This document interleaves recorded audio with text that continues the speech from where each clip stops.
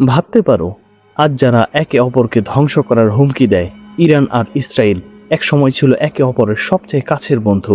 গোপনে অস্ত্র দিত, তেল দিত, গোয়েন্দা তথ্য শেয়ার করত, আরব দুনিয়ার বিরুদ্ধে একসাথে পরিকল্পনা করত। কিন্তু মাত্র কয়েক বছরের মধ্যেই সেই ভালোবাসা বদলে গেল ভয়ঙ্কর ঘৃণায়।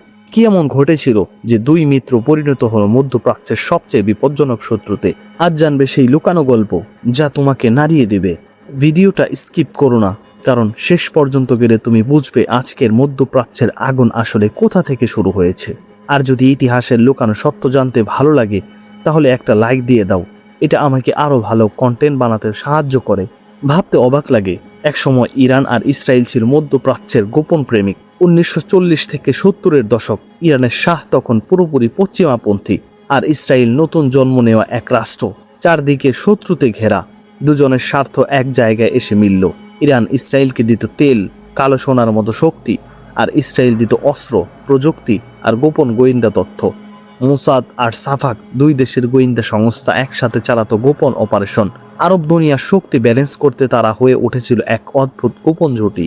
কিন্তু ইতিহাসের সবচেয়ে বড় আইরনি হলো যে দুই দেশ একসময় একে অপরের সবচেয়ে নির্ভরযোগ্য বন্ধু ছিল। আজ তারা একে অপরের সবচেয়ে ভয়ঙ্কর দুঃস্বপ্ন। কেউ তখন কল্পনাও করতে পারেনি বন্ধুত্বের সেই গোপন প্রেম একদিন রূপ নেবে রক্তাক্ত শত্রুতায়। তারপর এলো সেই মুহূর্ত যা বদলে দিল সবকিছু। ইরানের ইতিহাস, মধ্যপ্রাচ্যের রাজনীতি, এমনকি ইসরায়েলের ভবিষ্যৎ। শাহ সরকারের পতন হলো, রাস্তায় রাস্তায় মানুষ গর্জে উঠল, আর সেই গর্জনের ভেতর জন্ম নিল ইসলামিক রেভলিউশন। নতুন সরকার ক্ষমতায় আসতেই প্রথম যে সিদ্ধান্তটা নিল তা ছিল মধ্যপ্রাচ্যের মানচিত্রে বজ্রপাতের মতো ইসলামের শত্রু। যে সম্পর্ক একসময় ছিল গোপন বন্ধুত্বে ভরা, সেই সম্পর্ক এক ঝটকায় ছিন্ন হয়ে গেল। ইরান দাঁড়ালো প্যালেস্টাইনের পাশে, শুধু রাজনৈতিকভাবে নয়, আদর্শগতভাবেও। আর ইসরায়েল, তারা হঠাৎই বুঝল যেই দেশটিকে তারা একসময় বন্ধু ভাবত, সেই দেশই এখন হয়ে উঠছে তাদের সবচেয়ে বড় আঞ্চলিক হুমকি। মধ্যপ্রাচ্যের বাতাস বদলে গেল। বন্ধুত্বের জায়গায় এলো সন্দেহ, সহযোগিতার জায়গায় এলো শত্রুতা। এক বিপ্লব, এক সিদ্ধান্ত, আর দুই মিত্র পরিণত হলো দুই মরণ শত্রুতে।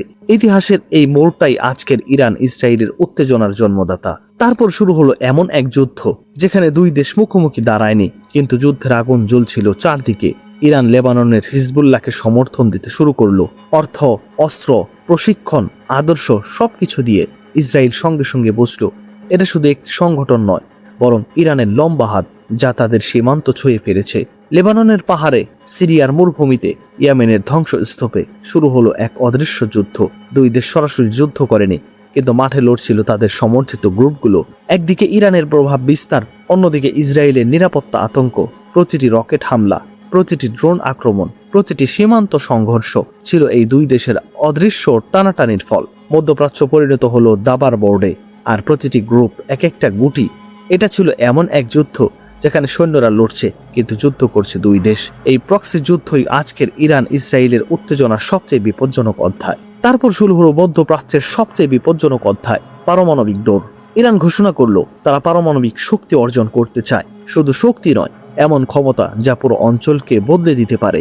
ইসরায়েল সঙ্গে সঙ্গে সতর্ক হয়ে উঠল।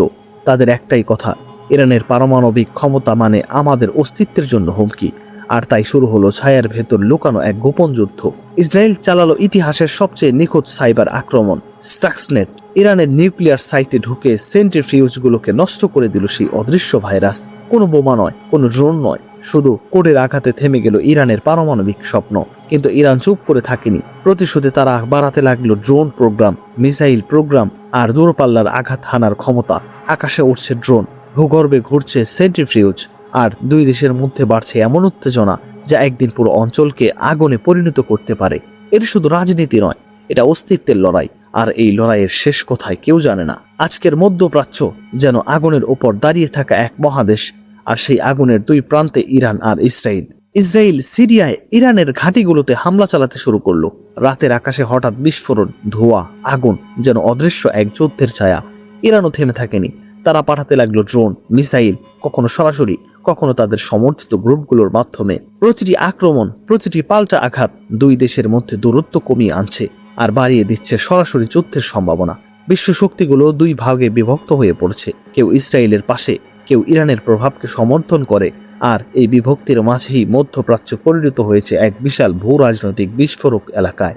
আকাশে ড্রোনের গুঞ্জন, সীমান্তে টানটান উত্তেজনা আর আন্তর্জাতিক রাজনীতিতে অস্থিরতা, সব মিলিয়ে পরিস্থিতি এমন জায়গায় এসে দাঁড়িয়েছে যেখানে একটি ভুল সিদ্ধান্তই পুরো অঞ্চলকে আগুনে পরিণত করতে পারে। আজকের মধ্যপ্রাচ্যের আগুন আসলে সেই পুরনো ভাঙ্গা সম্পর্কের ধ্বংস অবশেষ, আর এই ধ্বংস অবশেষের উপর দাঁড়িয়েই তৈরি হচ্ছে ভবিষ্যতের নতুন সংঘাত। অনেকে ভাবেন ইরান আর ইসরায়েল কি আবার কখনো বন্ধু হতে পারে, কিন্তু বাস্তবতা হলো এই সম্পর্ক ভেঙেছে এত গভীরে যে তা জোড়া লাগানো প্রায় অসম্ভব। প্রথম কারণ, ধর্মীয় মতাদর্শ। ইরানের ইসলামিক সরকার ইসরায়েলকে দেখে ইসলামের শত্রু হিসেবে, আর ইসরায়েল ইরানকে দেখে অস্তিত্বের হুমকি হিসেবে। এই আদর্শগত দেয়াল ভাঙ্গা প্রায় অসম্ভব। দ্বিতীয় কারণ, আঞ্চলিক ক্ষমতার লড়াই। ইরান চায় মধ্যপ্রাচ্যে প্রভাব বিস্তার করতে, আর ইসরায়েল চায় সেই প্রভাবকে থামাতে। দুই দেশের লক্ষ্যই একে অপরের বিপরীত। তৃতীয় কারণ, প্যালেস্টাইন ইসরায়েল ইস্যু। ইরান প্যালেস্টাইনের পক্ষে দাঁড়ায় আদর্শগতভাবে, আর ইসরায়েল সেই অবস্থানকে দেখে সরাসরি শত্রুতা হিসেবে। চতুর্থ কারণ, পারমাণবিক প্রতিযোগিতা। ইরান চায় পারমাণবিক সক্ষমতা, আর ইসরায়েল বলে এটা আমাদের অস্তিত্বের জন্য হুমকি। এই ভয় দুই দেশের মধ্যে স্থায়ী অবিশ্বাস তৈরি করেছে। আর পঞ্চম কারণ, প্রক্সি যুদ্ধ। লেবানন, সিরিয়া, ইয়েমেন, প্রতিটি জায়গায় তারা পরোক্ষভাবে একে অপরের বিরুদ্ধে লড়ছে। মাঠে লড়ছে গ্রুপগুলো, কিন্তু ছায়ায় লড়ছে দুই দেশ। এতগুলো স্তরে যখন শত্রুতা জমে ওঠে, তখন সম্পর্ক আর শুধু দুই দেশে থাকে না, তা হয়ে যায় পুরো অঞ্চলের ভবিষ্যতের প্রশ্ন।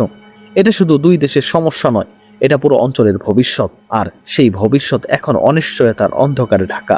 ভাবো, যদি ইরান আর ইসরায়েলের মধ্যে সত্যিকারের যুদ্ধ শুরু হয়, সেটা শুধু মধ্যপ্রাচ্যের সমস্যা থাকবে না, সেটা পুরো পৃথিবীকে কাঁপিয়ে দিবে। প্রথম আঘাত আসবে তেলের বাজারে। হরমুজ প্রণালী বন্ধ হয়ে গেলে বিশ্বের 20% তেল সরবরাহ থেমে যাবে, আর তেলের দাম আকাশ ছুঁয়ে যাবে এমন উচ্চতায় যা বৈশ্বিক অর্থনীতিকে হাঁটুতে নামিয়ে দিবে। দ্বিতীয় ধাক্কা, মধ্যপ্রাচ্যে বড় যুদ্ধ। লেবানন, সিরিয়া, ইয়েমেন, সব জায়গায় আগুন ছড়িয়ে পড়বে। প্রক্সি যুদ্ধ পরিণত হবে সরাসরি যুদ্ধের ভয়ঙ্কর রূপে। তৃতীয় বিপদ, সুপার পাওয়ারদের জড়িয়ে পড়া। কেউ ইসরায়েলের পাশে, কেউ ইরানের মিত্রদের পাশে দাঁড়াবে, আর এই অবস্থায় একটি ভুল সিদ্ধান্তই বড় শক্তিগুলোকে টেনে আনতে পারে এক ভয়ঙ্কর সংঘাতে। চতুর্থ আঘাত, বৈশ্বিক অর্থনীতি। স্টক মার্কেট ভেঙে পড়বে, মুদ্রাস্ফীতি বাড়বে, খাদ্য ও জ্বালানির দাম নিয়ন্ত্রণের বাইরে চলে যাবে, আর সবচেয়ে ভয়ঙ্কর, মানবিক বিপর্যয়। লাখ লাখ মানুষ বাস্তুচ্যুত হবে, শহরগুলো ধ্বংসস্তূপে পরিণত হবে, আর পুরো অঞ্চল ডুবে যাবে অস্থিরতা আর অনিশ্চয়তার অন্ধকারে।